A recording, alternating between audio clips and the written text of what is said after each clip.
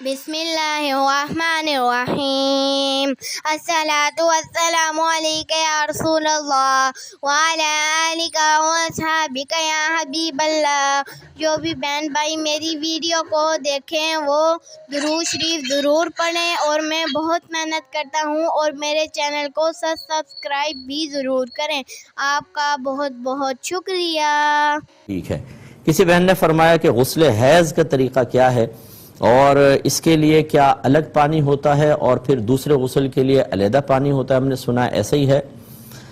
دیکھیں، پہلی بات تو یہ کہ الگ الگ پانی کوئی نہیں ہوتا، آپ اسی ایک پانی سے غسل حیض کر سکتی ہیں، اسی کو پھر آپ آگے غسل جنابت کے لیے استعمال کر سکتی ہیں، بلکہ جب آپ ایک ہی غسل کرتی ہیں اس سے غسل حیض بھی ہو جاتا ہے، غسل جنابت بھی ہو جاتا ہے۔ ایسا نہیں ہے کہ حیض کی نیت سے الگ پانی استعمال کریں پھر باقاعدہ غسل جنابت کی نیت سے دوسرا پانی استعمال کریں، ایک ہی پانی آپ استعمال کر سکتی ہیں۔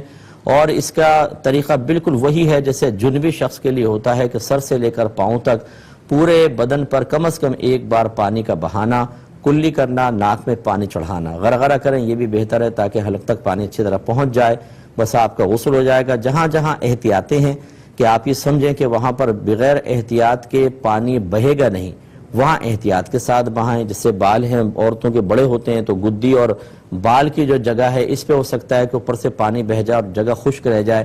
اسی طرح عام سب کے بغل کے جیسے ہوتے ہیں، گھٹنوں کے نیچے کا حصہ ہوتا ہے، اس کو اچھی طریقے سے دھونا چاہیے، اور باقاعدہ باقی مقامات ہیں جو عورتوں کے خاص طور پر انہیں احتیاط کرنی چاہیے۔ باقی اس میں یہ فقہاء نے ضرور فرمایا کہ جب عورت حیض کا غسل کرے تو اپنے مقام ستر کو اچھی طرح دھوئے اور کوشش کرے کہ جہاں تک وہ مبالغہ کر سکتی ہے وہاں تک پانی پہنچائے، اور فراغت کے بعد مقام ستر پر خوشبو کا استعمال یہ بھی سنت ہے، مستحب ہے، یعنی نبی کریم صلی اللہ علیہ وسلم نے اس کی ایک صحابیہ کو تلقین فرمائی تو وہ استعمال کرنا چاہیے۔ باقی یہ کہ وہ عام طریقے سے غسل ہوتا ہے۔